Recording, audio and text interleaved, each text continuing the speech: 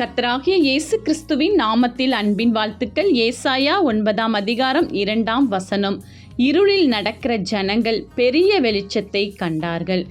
பிரியமானவர்களே, நாம் வாழ்கிற இந்த பூமியில் நமக்கு வெளிச்சம் கொடுக்க நம்முடைய தேவாதி தேவன் இயேசு கிறிஸ்து நமக்காக நம்முடைய உள்ளத்திலும் இல்லத்திலும் அவர் பிறந்திருக்கிறார். ஆதலால் தான் நம்முடைய வாழ்க்கையில் இருக்கிற எல்லா இருளையும் நீக்கி போட அவர் நம் மத்தியில் வந்திருக்கிறார். பெரிய வெளிச்சத்தை நமக்கு காட்ட அவர் நம்மோடு இருக்கிறார்.